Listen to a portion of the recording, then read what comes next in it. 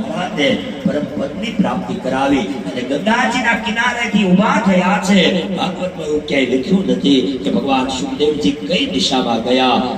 ભગવાન સુખદેવજી મહારાજ યોગી હતા.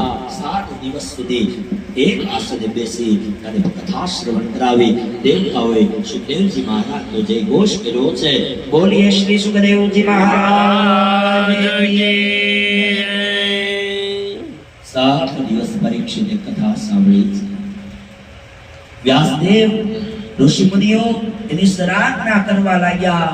પોતાનો પુત્ર હોવા છતાં વ્યાસજીએ સુખદેવજીને વંદન કર્યા છે. રાજા પરીક્ષિતે આસન જમાવી બેસી ગયા. પોતાના અંતરાત્માને પરમાત્માની અંદર સ્થાપિત કરી દીધા. આનંદ મગ્ન બન્યા. શ્વસન ક્રિયા એ ધીમી થવા લાગી. થોડી વાર શ્વાસ વિરામ લીધો.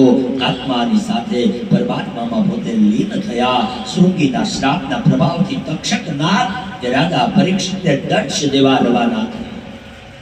માર્ગમાં કશ્યપ મળ્યા. કશ્યપ નામના એક બ્રાહ્મણ મળ્યા. એને તક્ષકને કહ્યું કે હે તક્ષક, તમારા રાજા પરીક્ષિતને દંશ દેવા માટે જાશો ને, પણ તારું જે વિષ છે ને એ વિષ ઉતારવાની શક્તિ એ મારામાં છે. તક્ષકને ક્રોધ ઉત્પન્ન થયો. તક્ષકે વિચાર કર્યો કે શૃંગી એટલે કે બ્રાહ્મણના દીકરાનો શ્રાપ છે. જો હું તક્ષકને દંશ કરું અને આ બ્રાહ્મણનો દીકરો વિષને એ ઝેરને ઉતારી દે ને, તો પેલા બ્રાહ્મણના દીકરાનો શ્રાપ એ અસત્ય થાય. તક્ષકે પેલા બ્રાહ્મણની સાથે સંવાદ કર્યો કે બ્રાહ્મણ શ્રેષ્ઠ, આપની પાસે એવી વિદ્યા હોય ને તો ચાલો, સામે એક વૃક્ષ છે, લીલુંછમ એ વૃક્ષ છે.